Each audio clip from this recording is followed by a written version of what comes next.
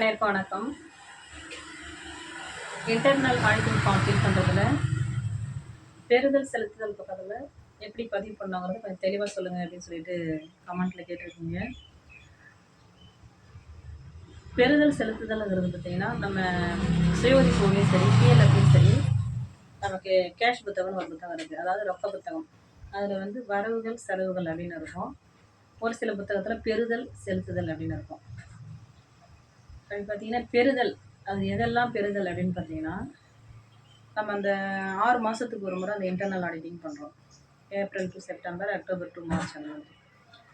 அப்படி பண்ணும்போது அந்த 6 மாதத்துக்குள்ளே இருக்கிற பெறுதல்கள் என்னென்னு பார்த்தீங்கன்னா குழுவாக இருந்தால் சேமிப்பாக இருக்கலாம். அந்த 6 மாதத்துக்குள்ளே மொத்த சேமிப்பு, 6 மாதத்துக்குள்ளே மொத்த சந்தா, அடுத்தது உள்கடன் வரவு, உள்கடன் வட்டி வரவு, வெளிக்கடன் வரவு, வெளிக்கடன் வட்டி வரவு, இது இல்லாமல் இதர வரவுகள். அடுத்தது உங்கள் குழுவுக்கு வேறு ஏதாவது இன்சென்டிவ்ஸ் அந்த மாதிரி ஏதாவது வந்திருந்தால் அதெல்லாம் பார்த்திங்கன்னா வரவுகள் பெறுதல் பக்கத்தில் வரும். அதே ஒரு பிஎல்எஃப் இருந்தால் ஒரு சிஆர்பிக்கு சேலரி வந்தது இருக்கும். அடுத்தது சிட் ஃபண்ட் வந்திருக்கும். இல்லை வேறு ஏதாவது நிதிகள் வந்திருக்கும். அந்த மாதிரி நிதிகள் ஏதாவது வந்திருந்ததுன்னா அது எல்லாமே பெறுதல் பக்கத்தில் கொண்டு வரணும்.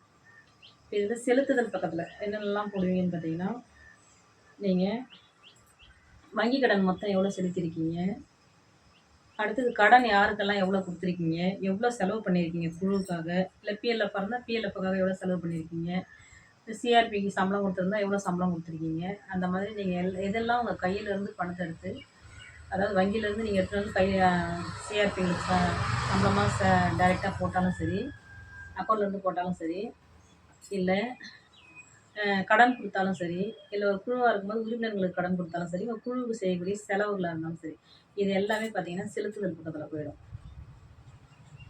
இப்படி தான் வந்து அந்த ஃபார்மை ஃபில் பண்ணணும். இது வந்து ஒரு பிரச்சனையுமே கிடையாது. நமக்கு வரவு எது செலவு எது அப்படிங்கிறது தெளிவாக தெரிஞ்சிச்சுன்னா அதன்படி கரெக்டாக பண்ணிக்கலாம்.